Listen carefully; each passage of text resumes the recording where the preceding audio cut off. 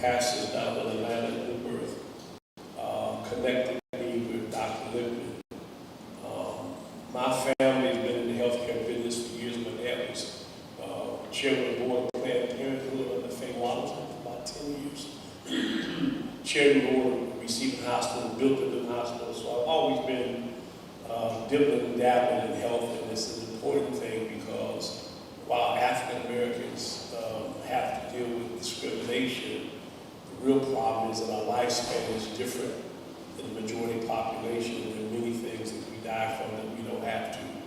I was sharing with him that my sister, who had a PhD 26 superintendent school in Philadelphia, worked for Bill and Melinda Gates Foundation, died from a urinary tract infection.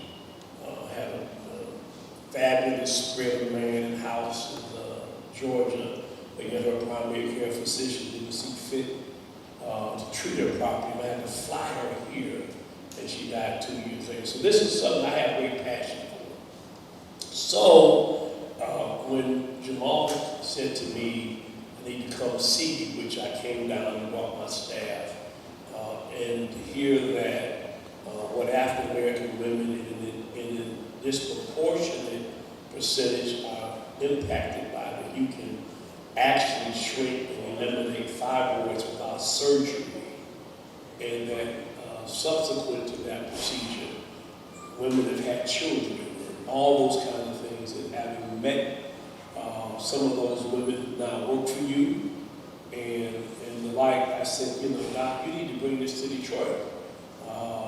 It's an approved procedure. As you know, if you go to OBGYN, who's a surgeon, they want you to have your uterus. They're not going to tell you about this. So my job, and I'm not a paid sponsor, my job is to inform African American women and other women in the city of Detroit that they can have relief from this without having their uteruses removed. And so we're so glad to welcome Dr. Lippman, Imaj, High Voice Sinners. And since I'm not a real journalist, this is Gerald Smith. Gerald Smith was the host of American Black Journal on public television for years, and the Queen's radio show back to back. And so he's going to be assisting us today in helping guide the discussion. Dr. Lippman. Great. Well, it's an honor to be here. I'm really excited about it. To be in the same conversation as the Ojihis, for the other people you mentioned. Whoa. I'll take that. That's rarefied air. So it's a privilege. And I am going to talk about fibroids. And we'll go through what they are, kind of the symptoms and the treatment options and everything. It's a pretty thorough talk. But before I give the talk, I want to thank two people. Is it? I'm advancing, but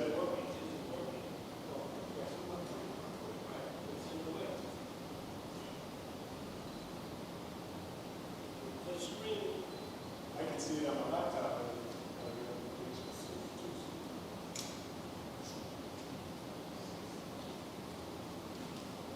There we go.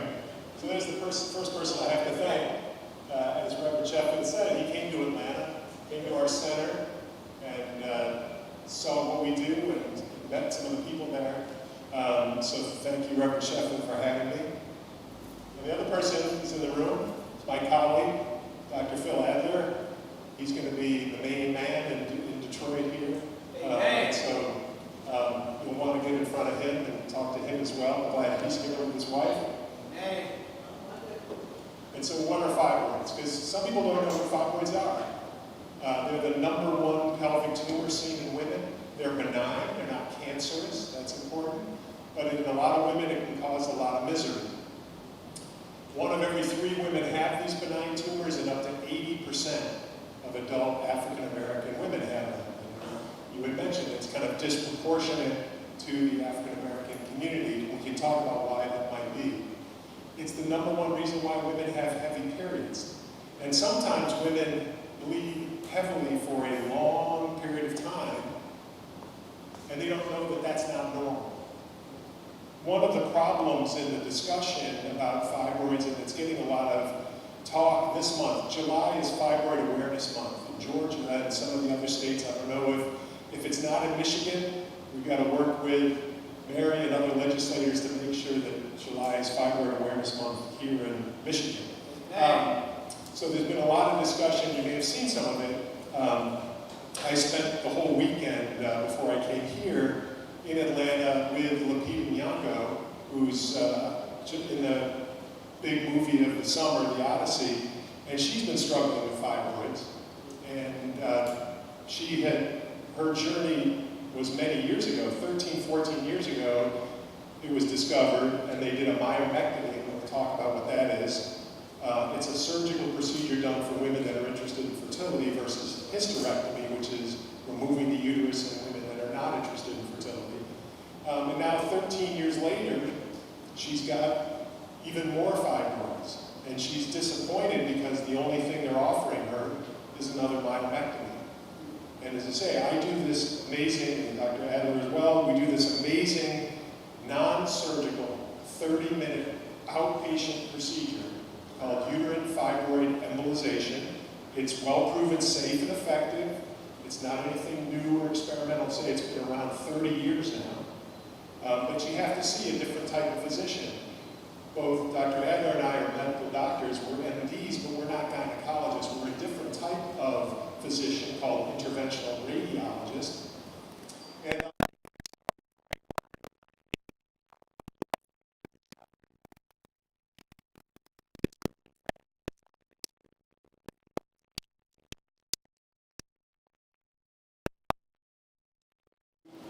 a tumor or multiple tumors to make it an easier surgery for the surgeon.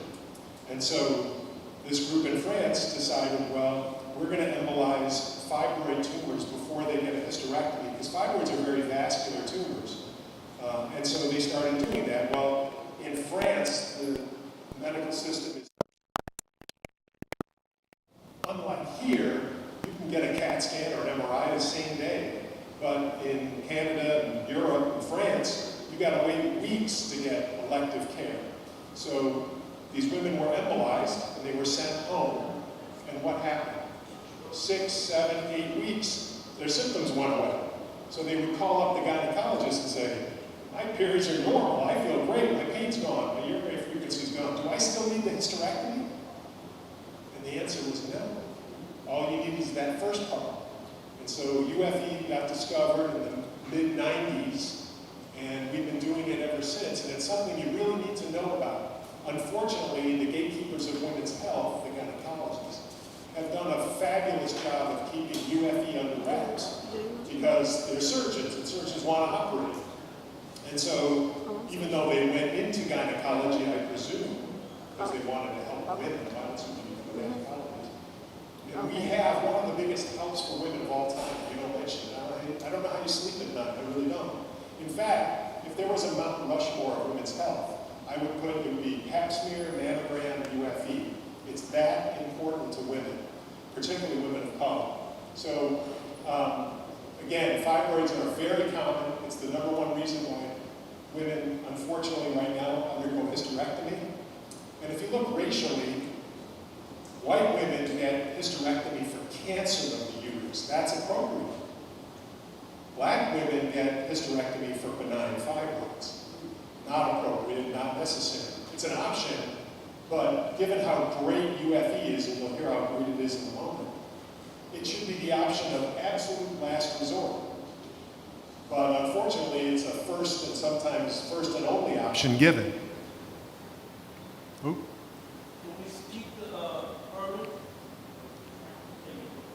All right.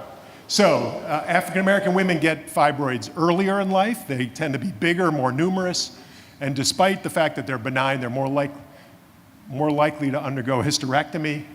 It can interfere with fertility and so forth. Okay, these are schematics, and I'll see if I can, if my laser will work. Is it working? Huh. I guess it's pretty short range, but you can see on the left-hand side is a diagram schematic of fibroids are in 3 main locations, and location, like real estate, is what's important because location determines what symptoms a woman might suffer with. So you have the ones that are labeled submucosal. I'm sorry? Oh, pointed on the...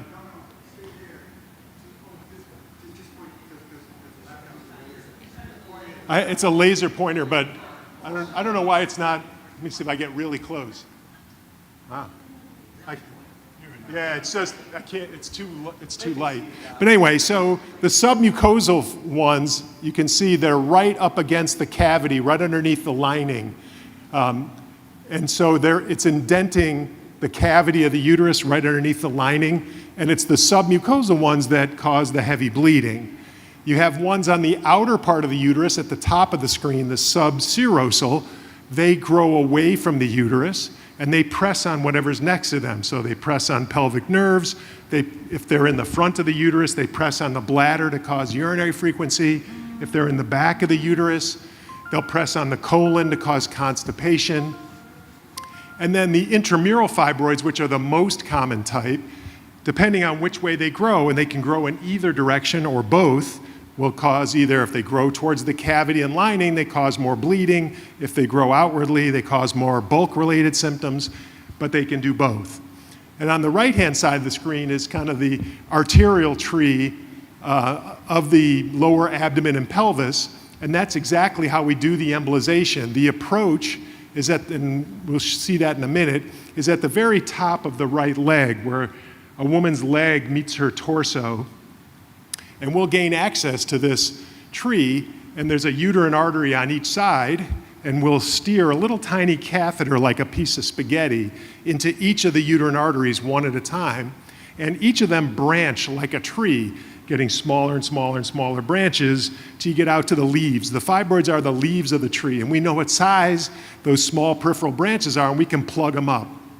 And without a blood supply, these fibroids are going to die. And as they die, they soften and shrink. And as that softening and shrinking go on, a woman's symptoms fade away. The big trunk and the main uterine artery are open. The uterus is alive. We've had numerous children after UFE, have had multiple twin births, but all the fibroids should die. So when a woman wakes up from a myomectomy surgery, presuming she has her uterus, and most do, there are living fibroids in her uterus because they can never surgically remove them all. She wouldn't have a uterus left. So they know they're leaving behind smaller fibroids. They take the bigger ones out. And so these women recur, like Lupita has recurred. In fact, the recurrence rate is 11% per year. So over half the women need something within 5 years. When they wake up from a UFE procedure, there shouldn't be any living fibroids. All the fibroids are dead. So the recurrence rate is really low. So let's talk about hysterectomy for a moment, because that's what we want to really focus on. We want to get rid of hysterectomy for fibroids. Well, we have the highest hysterectomy rate in the world in the United States, and the southeastern United States, where I am, in Atlanta, we lead the way. It's the second most common surgery done in the United States, which is kind of surprising because half the population and everyone on this stage here does not have a uterus, but yet it's the number 2 surgery we do. 1 of every 4 women by age 40, 1 of every 3 women by age 60. It's even higher than that now, higher for women of color, average age under 40. And I spoke at Tuskegee University in front of several hundred young African-American women, and about 8 or 9 of them came up to me afterwards crying. They were in their 20s, and they had had hysterectomy. And I don't want to meet any more of those women. None of them wanted hysterectomy, but they were suffering so badly. And eventually, either you can't just deal with it any longer, and I get it, it's miserable. You just wave the white flag and say, okay, you win, take my uterus. I can't live like this anymore. So this is a study from Meharry showing the racial differences in surgery. The solid line is African American, and the dotted line is Caucasian, and you can see by age the dramatic higher incidence of surgery done for both hysterectomy and myomectomy in 30s is like around the peak for fibroids. Hysterectomy is a machine.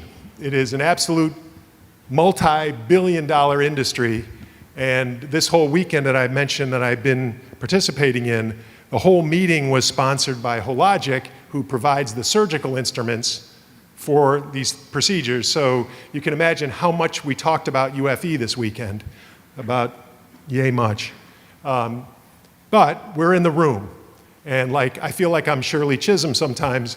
I'm gonna bring a chair. They didn't want to see me there, but I brought my chair because it's important. And if they really say, they say we're for women, we're for women's, okay, well this is one of the biggest helps for women of all time.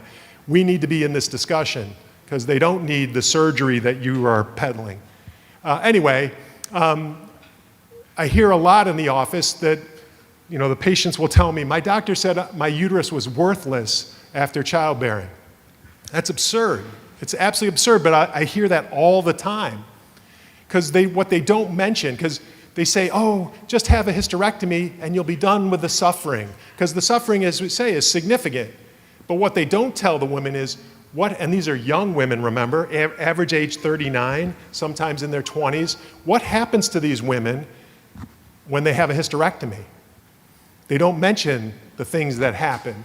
In fact, I think I was telling somebody earlier, I saw a woman who was 36 in the office recently, and she was like, my doctor said, I'm not interested in any children, I should just get a hysterectomy.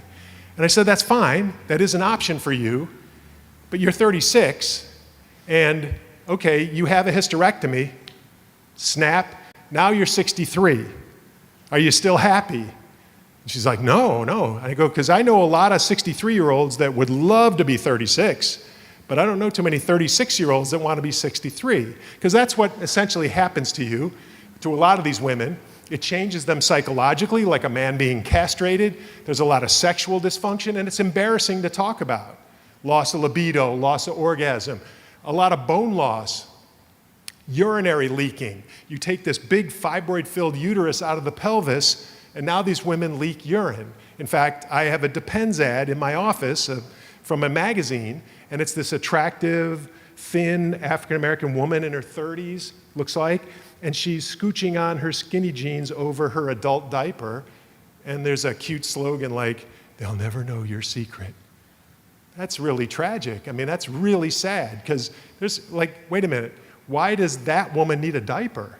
Well, they know who their target is. The target is 35-year-old African-American women have had hysterectomies, now they need to wear a diaper. It's not the 90-year-old that I thought would be on the package, and you can, next time you go in the store, look and see who's on the package of an adult diaper. It's young women of color. They know the target. And now there's recent evidence to suggest there's increased cardiovascular effects. In fact, there was a study from Canada, I think it was published in June of this year, significantly increased cardiovascular disease if you had a hysterectomy, and the younger you have it, the worse it is. So now you add on increased risk of high blood pressure, increased risk of heart attack and stroke, which women of color already suffer with. And so now it's like doubling down. Okay, so obviously there has been a horrible history of performing surgeries on women of color, and I'm in the South. We're the biggest offenders, whether it's to talk about the Mississippi appendectomies and Fannie Lou Hamer, and there's obviously going to be mistrust. And people will ask me all the time, they're like, how does a white male doctor end up treating black women? And it's like, the way I answer it is that I think once people understand that you care, that's where the trust can begin.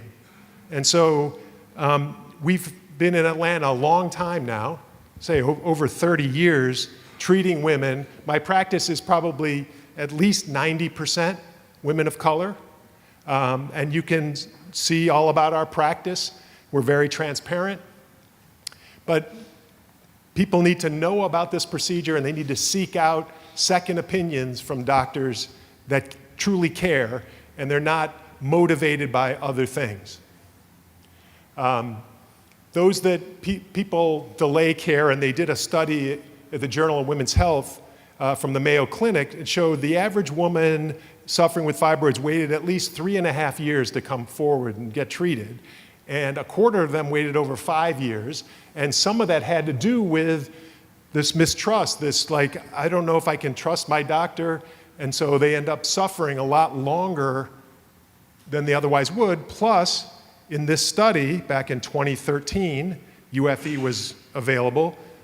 Nobody knew about it. Their gynecologists weren't telling them about this option. And the number one reason why they didn't get treated earlier was they didn't want hysterectomy, they didn't want any surgery, and they weren't told about this UFE procedure. And this is that study. Over half of them feared surgery, they didn't want hysterectomy. Over 3/4 of them wanted a non-surgical treatment option. They weren't given it, even though it's, hey, we've been doing UFE, and it's available throughout the country, but it's been available since the mid-90s, so they just weren't aware of it. So that's why this is so important to know about UFE. It's one of the most significant breakthroughs, as I mentioned. It should be up on the, Mount Rushmore of women's health.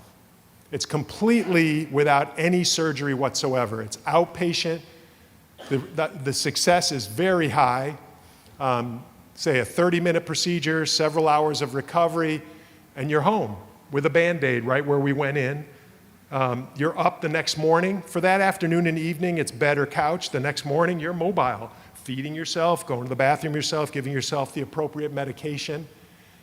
We've had a number of people do Friday, Monday. I don't recommend that. I tell patients, do Wednesday, Monday. Or if you want to work from home and do stuff, after a couple of days at home, but actually going back to work, I wouldn't do it any sooner than Wednesday, Monday, but that's a lot sooner than 6 to 8 weeks or more with surgery. So compared to surgery, UFE is safer, it's less invasive, the recovery's shorter, it's less expensive, preserved fertility.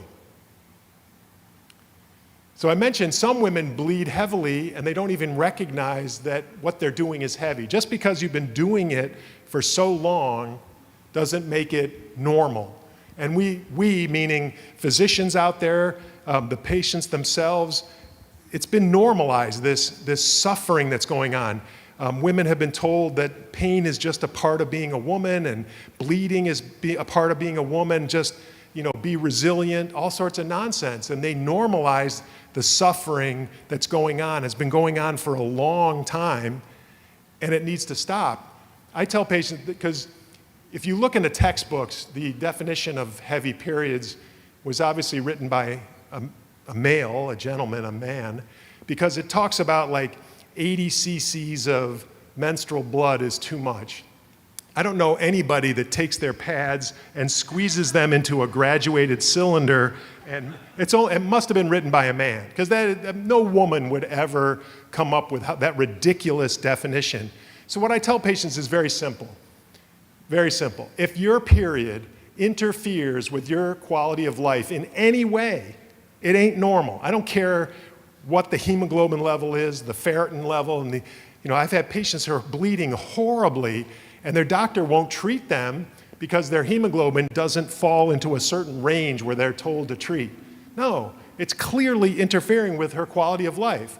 But if you're changing more than 8 pads in a day, that ain't normal. Changing more frequently than every 3 hours or so, that ain't normal. Or doubling up in pads, the heaviest pads, wearing adult diapers, that ain't normal. Blood gushing out, flooding out, soiling clothes or linens, being afraid to sleep on good linens or sit on your girlfriend's nice couch or sofa. All of those things, not normal, no matter how long you've been doing it. And so they bleed out, and now they run a deficit of iron and hemoglobin carries the oxygen around. And so these patients are tired, they're weak, they might get lightheaded, they might get dizzy, they get migraine-like headaches. And I'll ask them, do you chew or crave ice? And they're like, yeah, how did you know? Like I'm clairvoyant or something. But that's one of the symptoms. And sometimes, say in the South, we see people chew Georgia white clay, which is crunchy. In fact, it's made of kaolin, and if you ever took kaopectate as a child, the KO is kaolin. That's the brown stuff, the crunchy stuff that they'll chew. And it's called pica. You might get hair thinning, hair loss, and I tell them very frankly, your hair loss is reversible, unlike mine. It's permanent. It will come back in full. This, I know you can't read this, but I put it up there because this woman saw me recently. She's been suffering with anemia, horrible periods, since 2014. 12 years, and if you were to look closely, you can see the notes on this person every like 6 months, and it says she's getting multiple intravenous iron infusions, and they keep giving her more iron, because they can't get her up enough to safely operate on her, so they just keep giving her intravenous iron. They're pumping it in, and say she's hoping to have hemoglobin greater than 10 for procedure, meaning hysterectomy. Well, she's not hoping for that. You're hoping for that. And again, more infusions, and eventually she saw us, and she's not going to have any surgery. These patients also get pain. Fibroids are like, if you had them in your hand, they're hard as rock.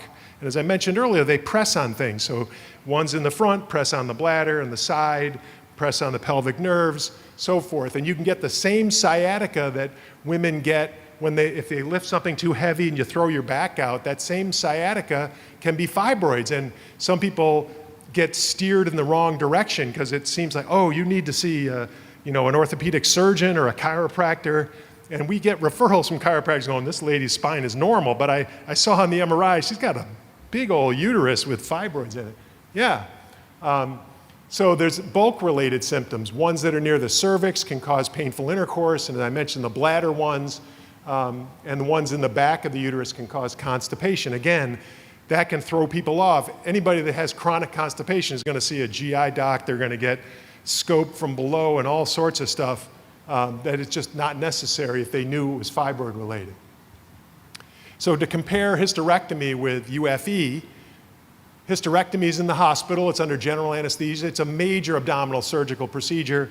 And you might hear that hysterectomies can be done either laparoscopically, which means a gynecology surgeon holds the laparoscopic instruments, or robotically. Robotic arms hold those same instruments.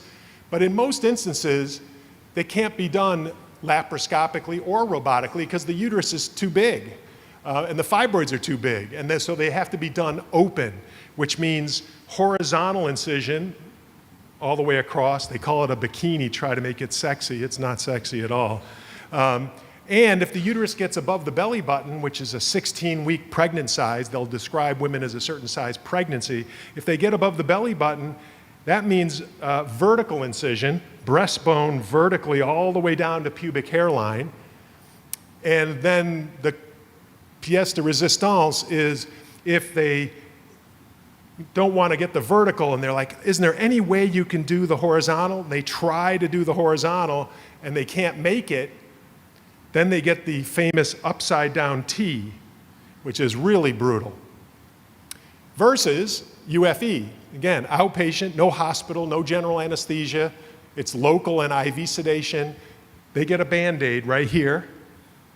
4 or 5 day recovery, keep your uterus, even have children, as the Reverend mentioned. So here's on the left, you can see the vertical incision that they're proud of. And then you can see on the right, our patient, what they get. So again, how does it work? I mentioned the tree. We take this little catheter like a piece of spaghetti into each of the uterine arteries, and we instill this agent that they're like tiny particles that zip. It's a one-way street because we're in an artery, which is a high-pressure circuit, and it's a one-way street, and those particles zip all the way out to the fibroids and block the vessels you'll see in a minute are at the edge and the periphery of each of the fibroids, and we just plug them up. The big trunk and the main branches stay open, but the fibroids die. So here's again a schematic. You can see the approach at the top of the right leg. The catheter is on the other side, and they show some fibroids. And on the right, you can see the particles going to the periphery of that particular fibroid. But it doesn't matter if you have 1 or 100. Here's an actual picture from an actual case.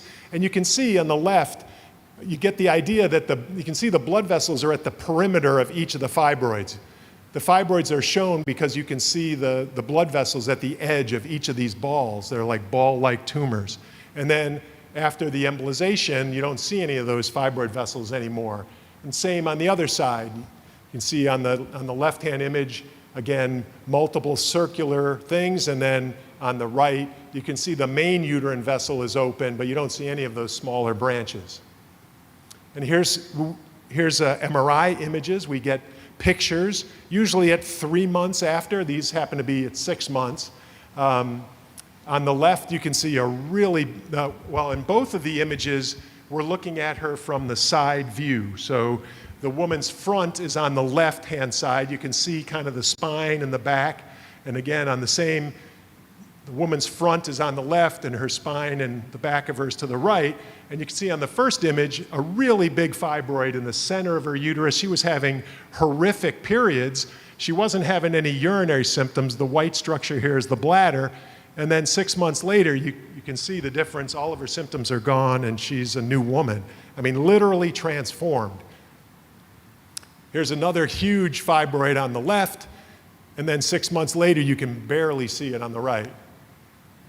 So again, people will stay several hours and go home. There's a short recovery, Band-Aid. All insurances cover UFESA. It's been around for 30 years now. The results are excellent.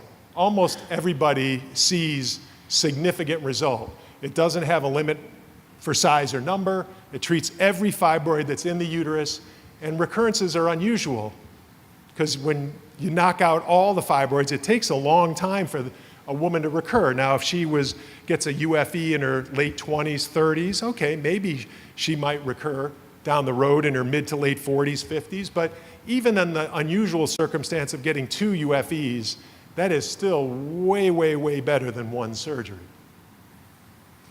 Okay, so the main part of the weekend that I just was at was advocacy and awareness. Advocacy and awareness.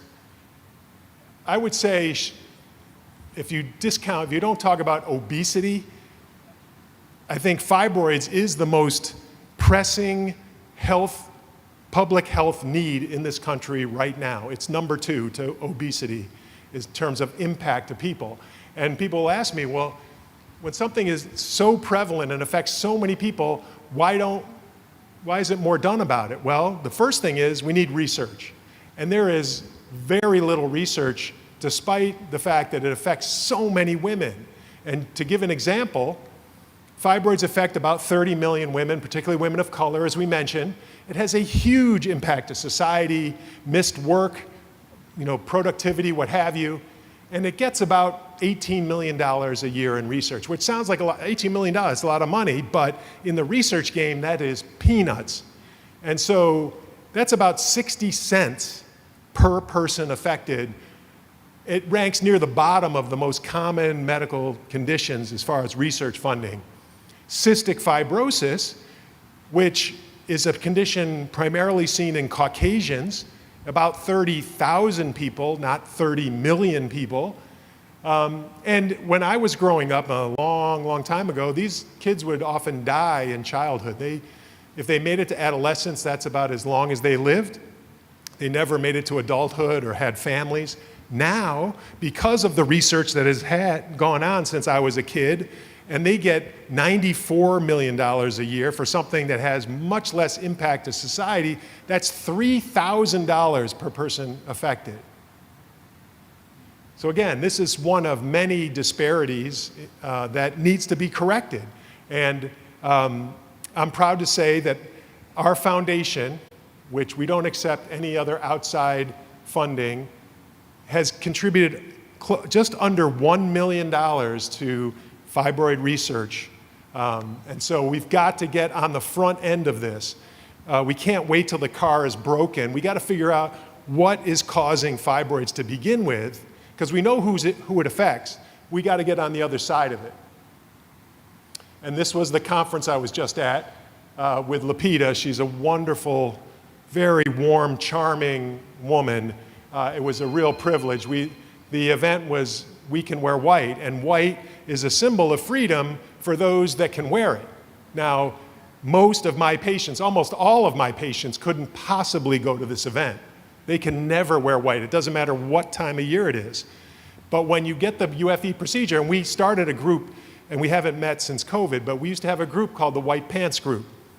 Because selfishly, I was hoping at that time, Magic Johnson's wife, she had a line of clothing, and she had these white pants that was her brand, this white pants that she had put out. I was hoping to get in front of her to try to connect. So we formed this White Pants Group. We never got to her, but it was fun. It was women that had the UFE, they're transformed. They get their life back, and they were so thrilled, and they'd bring girlfriends, and we had a really nice event on awareness of fibroids and the freedom that wearing white again brought you. And you can see on the left, this is part of Lupita's campaign, which we donated to. She was working with women's fibroid women's, well, whatever. We contributed heavily to her. We got her over the finish line for her research. And so it was part of the Make Fibroids Count campaign for the Foundation of Women's Health. That's what it is. And so it funded 2 important grants to try to get on the front end of this epidemic. And on the right, you can see Lupita and I. So we want to spread the word. Again, part of this is spreading the word about this amazing procedure. That's one of the reasons why I'm here. I want everyone to know about this because women are entitled to know all the options. If a woman knows about UFE and she knows about hysterectomy and chooses hysterectomy, God bless you. No problem with that. You're the CEO of your own body. You're making the choice that's best for you. Fine. No problem with that. But that's not what's happening. What's happening is you need hysterectomy.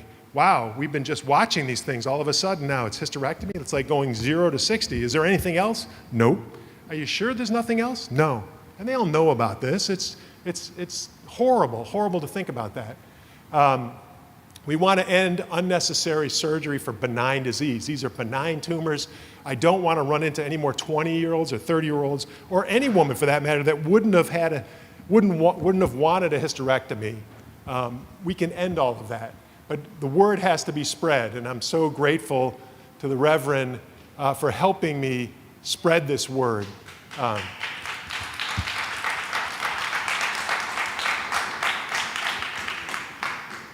So here's our White Pants group. From you can see based on the picture on the right. Does anybody know who I'm with on the right there? Trivia question. It's been a bit. If you any HGTV fans, or she has a. I'm sorry. Egypt, exactly. Yeah, we were the power couple, her and I.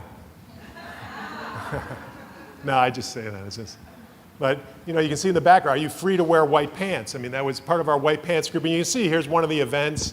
We had women out, and they all like rocking the white. They loved it. It was a great thing to spread awareness. We need to do more of that. And this is a group from Nigeria. I wasn't aware of the fact that Nigeria has 200 million people, and they have about 5 or 6 interventional radiologists like myself. And so, second from the right is Dr. Hamid, who's a fabulous IR, really engaging, tremendous guy.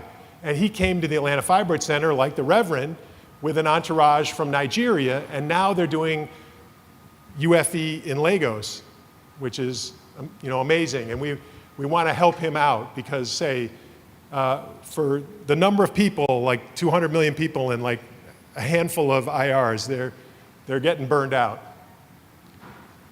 Legislative, that's really important.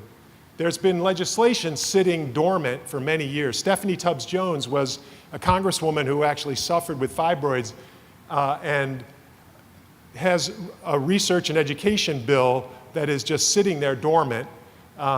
It directs the NIH to fund fibroid research, $30 million a year for 5 years, so that instead of 18 or 19 million, you add 30 to that each year for 5 years. It would help tremendously. It also directs the CDC to educate physicians, gynecologists, family physicians, internists, and the general public to know about UFE. The co-sponsors were actually, one of the original co-sponsors, David Scott, was my congressman. He recently passed away. Yvette Clarke is a representative from New York, and then the Senate side, Cory Booker. And so we're hoping to get more R's on the bill because there's a lot of D's. And so it's been sitting there. In fact, to say Stephanie Tubbs Jones has passed away, I mean, this bill is not this isn't a partisan issue. This is a public health issue that affects a lot of women, and there shouldn't be any partisanship in this at all. You should have members of both sides involved in this. And then I met at this event that we were just at, Senator also Brooks, who herself entered some legislation, and there are actually more R's on this one, so I'm hoping this is going to get passed. It expands access to early screening, not just for fibroids, but for other women's health issues, but fibroids is a big part of this. It also boosts fibroid research, which is so important. So in conclusion, you know, some physicians are putting other biases in the way of informing their patients about this amazing procedure. We need to stop unnecessary amputation. I mean, that's what it is. It's an amputation of women, young women of color, and it's unnecessary. So if you suffer with fibroids, you got to know about UFE. It's important. Get a second opinion from an interventional radiologist like Dr. Adler. You get excellent results. You get significant reduction in your symptoms and the size of these fibroids. And again, this UFE is a safe, less invasive, less expensive, shorter recovery, and you get to keep your parts. Or as one of my patients, who's the husband of one of my patients, is a former Falcon player, said, "Keep your stuff." And he goes, "Doc, you can have that one. That's yours. That's a freebie. All you have to say is keep your stuff." And I say, so you get to keep your stuff. This is how to reach us. This is our office number, Dr. Adler's office phone number. This is our address on Telegraph Road here in Southfield. We have our Atlanta website, atlii.com, that's our website, but also it's part of a larger IMAGE network of fibroid centers. We have 2 centers in Atlanta. We have a center in Richmond, Virginia. We're just about to open in the DMV, which we're really excited about. I went to Georgetown, and I recently met with the governor of Maryland, Wes Moore, who's a tremendous guy. That guy is, well, going to be president. I'm going to testify that. You heard it here first. Please follow us on IG. It's dr_ my last name. You'll see stuff from this weekend's events and other important infographics and material on it. And if you want to watch me do a UFE, you can go to YouTube. It's not gory because it's not surgical, and it's not gross like pimple popper because it's very simple.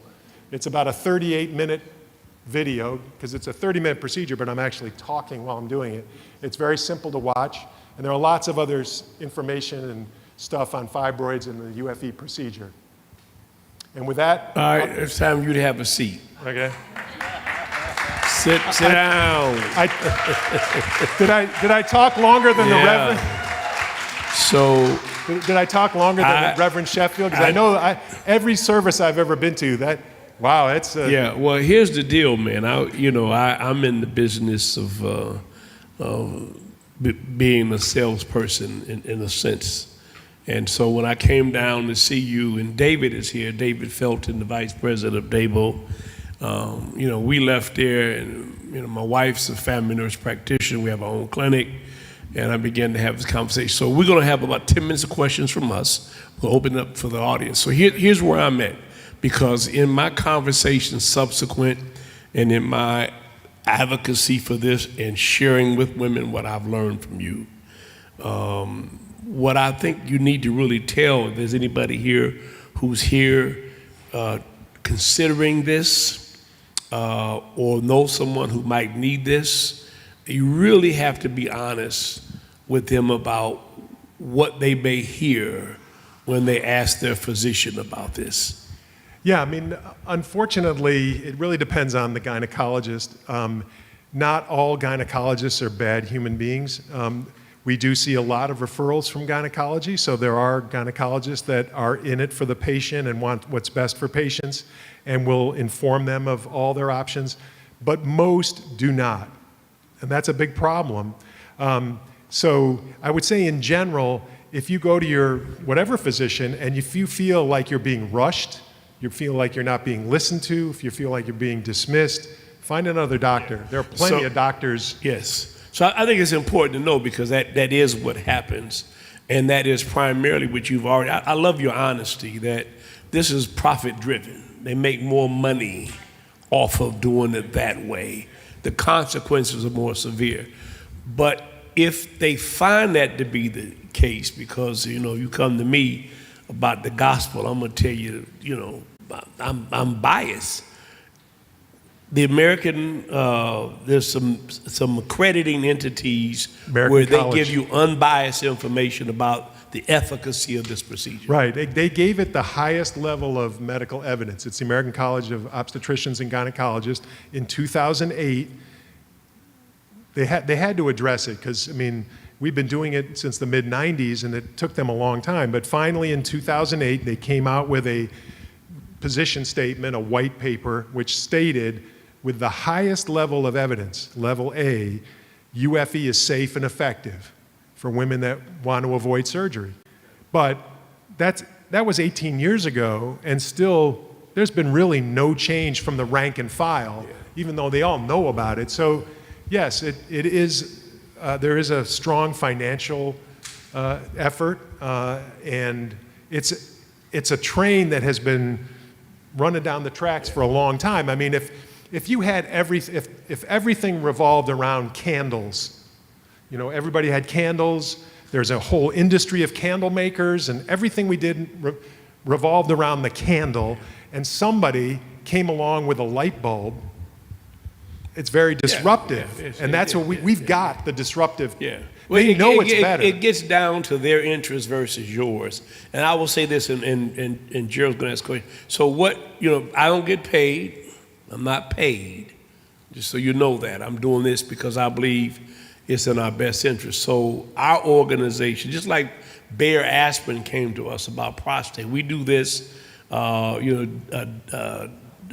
Don Chaney, who played in the NBA, amyloidosis, something else is a pulmonary affliction that affects African Americans that even black doctors don't know how to test for. So I'm saying that we intend, my organization, either bi-monthly or monthly, to have educational forums independent of image. You to your credit, you came and talked about the procedure. Right. Obviously, you want them to come to you because this is what you're doing. So, Gerald? Yep. Thanks, Rev, and welcome again to Detroit, Dr. Lippman Thank you. and Dr. Adler. Thank you. Let's give them both a big round of applause, please. I'm going to yield my question to the audience because I think he only has a limited amount of time here. Are there any questions for the doctor? There's a mic right there. Don't be bashful. Come step right on up. Now, we often have to parse the difference between statements and questions. Absolutely. Okay. Turn the mic on, would you? Take it out of stand.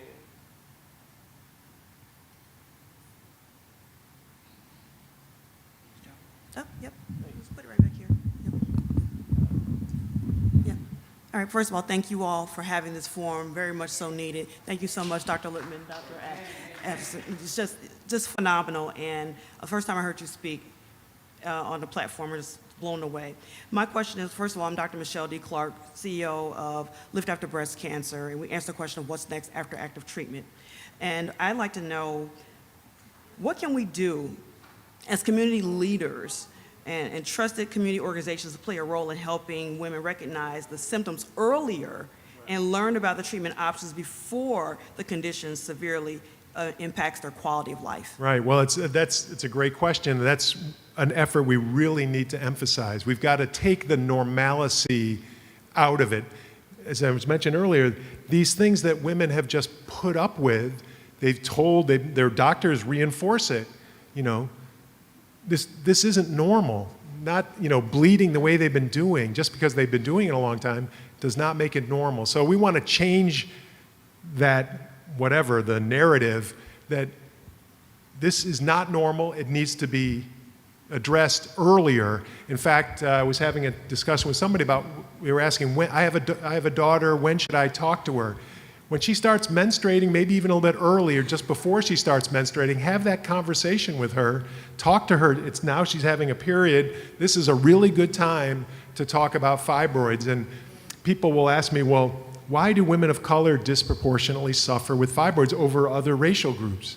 Well, we don't know the answer definitely, but there are some things that we have control over, which we should be doing. And then there are things that we can't control, that we have no control over. So genetically, it runs stronger in African American families. If your mom had fibroids, you're much more likely to have it. So the genetic, you can't pick your parents, at least not currently. So we can't do anything about the genetics of this, but there are things that we can do. We don't know where they come from. Again, a research problem. We need to throw more money at research. But in the meantime, once they arrive on the scene, they grow with estrogen. So estrogen is pervasive. It's in the food, it's in the water. You can't run away from estrogen. But there are certain things that you can limit, like there are hormone-rich foods that if you can limit or eliminate, that's going to be helpful. Red meat, non-organic chicken, dairy. And if you talk to like somebody who's a strict vegan, and there are lots of these women online, they are strictly vegan and their symptoms improve because they're avoiding some of the big hormone-rich foods, and that's going to help. There are colored fruits and vegetables that have flavonoids in them, and flavonoids block an important enzyme in estrogen production. So colored fruits and vegetables, the yellow, the zucchinis, the yellows, the oranges, peppers, the peppers of all different colors, they have flavonoids in them. So increasing colored fruits and vegetables, limiting hormone-rich foods, exercise and weight loss. Estrogen is produced and stored in body fat. So the more body fat you have on you, and African American women have more body fat than other racial groups. And so no one's saying to be skinny, but everybody kind of knows what their weight number is. What's your ideal number where you'd like to be at? Try to be at that number. Lose that excess body fat through healthy eating choices, exercise. And then the last piece is vitamin D. Vitamin D is the most powerful growth inhibitor of fibroids that we know of. Number 2 is green tea extract, but vitamin D is number 1, and only 10% of African American men or women have adequate vitamin D. And it has to be tested, because unlike vitamin C, which you can't overdose on vitamin C, your body will pee out whatever you don't use. It's a water-soluble vitamin. But D is fat-soluble, and you got to get it checked. And it's important. We'll tell our patients, when they get their yearly, to make sure they do the vitamin D level and then supplement as necessary. So there's things you can do, and then there's things you can't So do. I want to bring up another, anybody else have a question? Thank you so much. I want to bring up another aspect of this because, my setting in life is a pastor. I do a lot of stuff, politics on occasion. But I've done a lot of counseling over the years where this procedure has led to divorce. Oh, It absolutely. has absolutely ruined. I can give you a There's great no sexual desire for the husband anymore. I can give you a great example of that. Before I do that, I want to finish one thing that was from the woman earlier. Not only is it good for if you can do the things that we just outlined, it's not only good for your fibroid health, it's good for your cardiovascular health too, which, it's a double benefit. But I'll tell you this, anybody watch Real Housewives of Atlanta? Well, I was Cynthia Bailey's doctor many years ago. Yeah, and so if you go back in the archives, you can see us on, they did the whole thing from the consult to the procedure to the aftercare, it was shot entirely. And she, to her credit, she was very brave, brought a lot of important attention to this. But at the time of the consult, I'm sitting there with her and at the time her husband, Peter, and the long and short of it is she was suffering miserably. In fact, she was at a Bravo event with this beautiful white gown, and all of a sudden the gusher hit and blood was just streaming down all over the floor. And despite that, people were coming up wanting selfies with her and standing in a pool of her own blood. And she was like, this is it. I'm done with this fibroid stuff. And she found us and came in for a consult. And so she's there with Peter, and we're talking about her symptoms and so forth. And Peter was basically saying, I was like, how is it between the two of you? And he said, well, it's really rough. And I don't think she loves me anymore. And I look at Cynthia, and Cynthia was like blown away, like that's not true at all. Like, of course I love you. You're my husband. I care for you. I love you. The issue was relations between the two of them stopped. So from Peter's aspect, he's not getting his, so the reason must be she doesn't love me anymore, which was not true at all. But the reason was, she's suffering with fibroids. She's trying to build an empire. She's bleeding horribly. So she's anemic, which comes with the things we mentioned, being totally chronically fatigued and tired. Sex is exercise. And exercise was the last thing that she feels like doing. She's wiped out from working all day, comes home, and she's beautiful, supermodel, but she's not wearing that sexy Victoria's Secret stuff. She's wearing an adult diaper. So not only is she not feeling like having relations, she's wearing a diaper. She doesn't feel sexy. So all the relations stopped. But again, from Pete, they didn't have. That's why it's so important to have the conversation because he was totally misinformed. But from his aspect, all he could understand was, well, we're not having relations. She must have fallen out of love with me.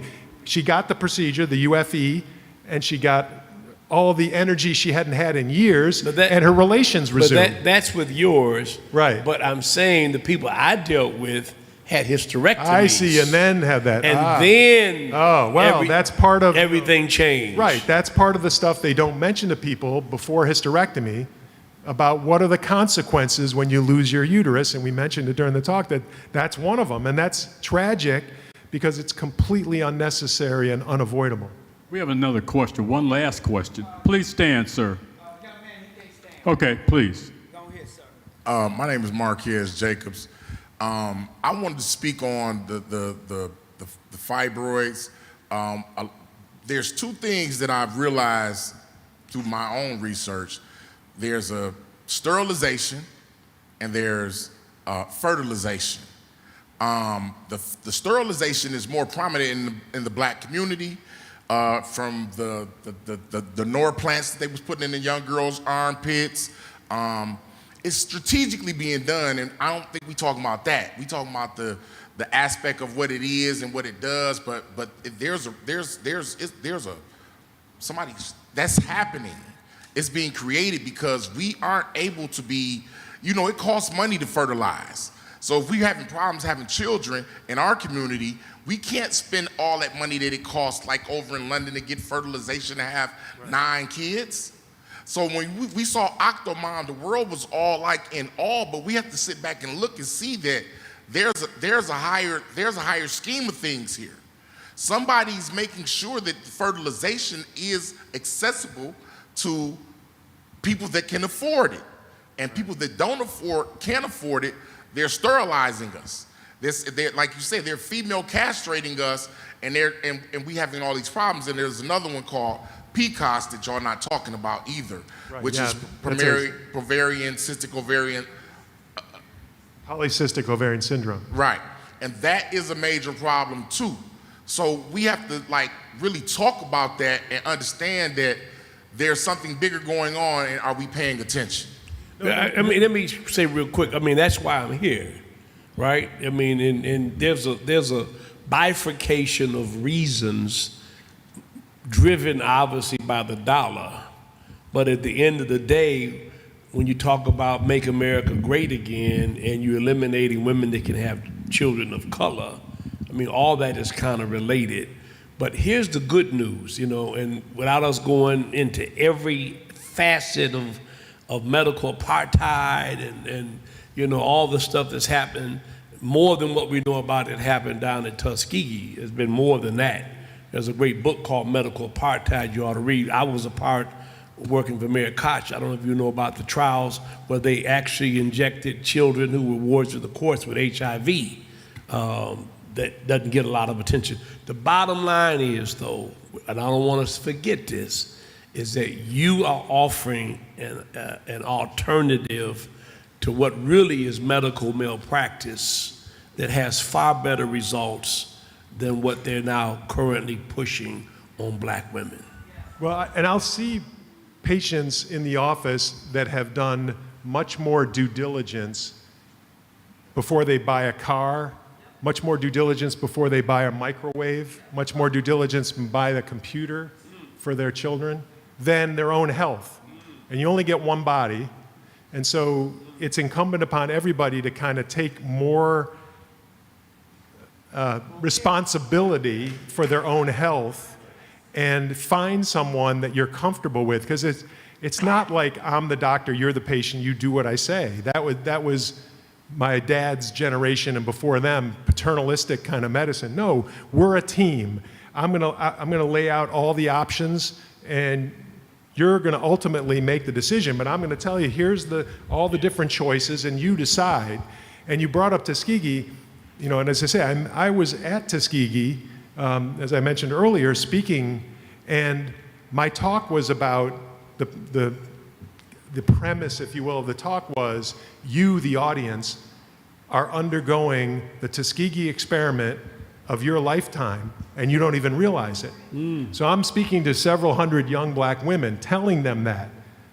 And in fact, I'll tell you about, I was invited, and they knew my talk and everything, and I was invited to go, and about 48 hours before the talk, I don't get nervous in front of crowds or talking. I've been doing it for years, but I was like, I'm gonna call them one more time just to make sure. Are you sure? Because, you know, white male physician telling this audience that they're undergoing the Tuskegee, because I have UFE, I have the penicillin for your syphilis, you know, in a sense. And I asked her, I said, are you sure, is this okay? And she said, Doc, it is not the messenger, it's the message. And it was fabulous. It was outstanding. You know, yeah, we have one last question, but before we do, I want to say that Dr. Lippman and Dr. Adler will be featured every month on the Wake Up Call with Sheffield and Friends, every second Saturday at 9 a.m. So please tune in to 101.5 FM. They can come live and get biscuits, grits, and salmon croquettes. You had to put it out there like that. Good deal. But he's with us every month. They both will be with us every month. And don't forget they're opening a center here, Imaj. Yeah, we'll give out all that information again. Open house September 24th. 24th? Yep. September 24th, Yes. Open house. So definitely come. I'm hoping maybe the mayor. We're working on the mayor. Maybe, we're working maybe on her. the. I don't know. Yeah. Step up Yes, to the sir. mic. Yes, sir. Well, thank you, Reverend Sheffield and Dabo, for putting this on, and thank you, Doctor, for being here. I'm here on behalf of somebody that I care about who was recently diagnosed with fibroids. She definitely wants to have children, Okay. so hysterectomy is out. My understanding is that there's a choice between the UFE treatment as well as Myomectomy. removal of the Right. removal of the fibroids themselves. So my question to you is, between those options, for someone who definitely wants children, Right. which one is most effective at helping her to still preserve that Yep. opportunity for successful pregnancy? And the second part of that question, if I may, is just, is there when is the best time for either of those treatments to be done? Is it right away, or should she wait until, they develop to a certain extent? Does that make sense? Sure. No, it's Thank both great questions. I would recommend having her see Dr. Adler in consultation. Without knowing the specifics, there's no way I can say, well, she should do UFE or she should do myomectomy.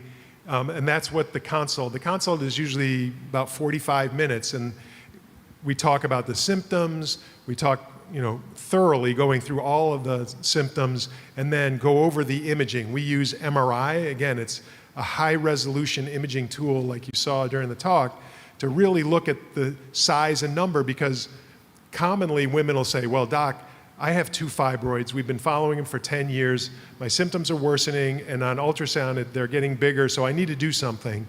And we get the MRI, and there's 15 or 20, and they're like, oh my gosh, wait a minute, I've been told I have 2 for years. Well, yeah, because ultrasound, if you ever look at the ultrasound images, they're really crude. I mean, you look at it and you'd be hard-pressed to know what you're even looking at, versus MRI is like high-definition television. It's much more detailed, so the resolution is much higher. Though she had more than 2 fibroids, but they couldn't see them. It kind of gloms together with very low-resolution imaging. So I would recommend having her come and see Dr. Adler, have the consultation. I would say just in very general terms. This isn't specific to your situation, but just in general, the younger the woman is, so you have somebody in her 20s, the fewer fibroids they have by MRI, the more that myomectomy can make sense. If you have a 25-year-old who's never been pregnant, has 2 fibroids by MRI, okay, myomectomy is probably the option for her. They can get both of those fibroids out, hopefully safely, and that's fine. Versus the older they are, you have a woman who's, say, 45, might still be interested in fertility, and she's got 50, 60 fibroids. That's a woman that's definitely UFE is the better way to go, because there's no surgeon that's going to take out 45 fibroids, and so she's going to be left with a lot of living fibroids in her uterus, which will not only grow and cause her symptoms soon, it'll also grow with any subsequent pregnancy. Versus fibroids that have been embolized, they're dead and they won't grow. And our births, as I said earlier, typically are full-term and vaginal, whereas as soon as somebody cuts on a woman's uterus surgically with a myomectomy, if she gets pregnant in the future and gets to term or near term, she's getting a C-section. She's not going to be allowed to get a vaginal birth. That's out the window. So let's do this. Thank you so much. I think you should connect with the good doctor before you leave. Sign up. The one thing we didn't say, we're going to, obviously want you to give us all the information again, is before Dr. Lippman even decided to come here, he began to partner with us. And right in this building here, we gave out toys to 2,000 kids last December. We do it every year. Amazon is our partner. And he said, I'm sending you some stuff. And every day, FedEx was just, one thing after another, one thing after another. And so we really appreciate that. We're going to do it again. Yeah, we appreciate that. So I like Dr. Lippman. I spend a lot of time, developing this radar I have. People want to speak in tongues, but I just want to see who people really are. Isn't that right? What you want to do is is this real or what? And so we appreciate Jamal introducing us, and tell people again, and I am going to commit to doing this. Let's do it every couple of months, get it rolling, and we'll have a question and answer period. Great. But No, it's awesome. The opening is September 24th. Yep. And tell us more about the location. It's in Southfield on Telegraph Road. I think it's 29201. Did I get that right? 29201 Telegraph Road in Southfield. Website atlii.com. It stands for Atlanta Interventional Institute. It's the parent company of Atlanta Fibroid Center. Atlanta Fibroid Center on YouTube. You can watch a UFE procedure. There's hundreds of videos on there. You'll see Cynthia on there, all sorts of information on fibroids, on the UFE procedure. Follow me on IG. We love getting IG followers. DR_ my last name, so DR_ Lippman. IG, Amaj, or yours, or I know. And you can go to HChef3 because he's sending me stuff all the time, and then I repost it. Yes. And then Raven was here tonight. She's got us up on Instagram. All right. God bless everybody. I'm sure he has a moment to talk with you. If you got some more direct questions, and stand up, Doc. Introduce your team. I know that's your wife, right? Is that your wife? There you go. That's the boss. Yeah. This is my wife, Beth. This is my community coordinator, Jakaya. I want to thank Dr. Lippman for coming in, and Reverend Sheffield for Reverend for hosting this event. Can I take one more moment to, Yeah. so that you understand why is Dr. Lippman speaking on behalf of the fibroid community here? First of all, he has done probably the most number of these procedures, maybe in the world, certainly in America. He started, as I did, in a hospital doing the same type of work. Work came to us, all different types of work. And then Dr. Lippman went out, started a practice, and found this need in the community and made an impact in Atlanta and the surrounding cities to Atlanta as well, and realized that this is epidemic and wanted for this to become a national approach, wanted a mission, not just to treat fibroids, but to change the dialogue on fibroids. That is what we're trying to achieve. He was encouraged to come or to put a practice here. I've been doing this for years as well, but I left the facility in order to be on the same mission, to have the same purpose. And I'm proud to be a part of it, and I'm looking forward to helping as many patients and people as possible, impact their families and their communities. And again, thank you very much for coming and speaking about this and for hosting this. And we look forward to helping. Any questions? We have some brochures and some other information to make us accessible, and we look forward to helping. Thank you. Thank you very much.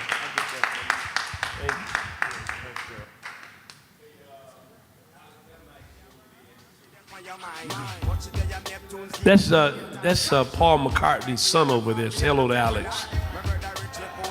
I'm just teasing. The girls, them sugar. The girls,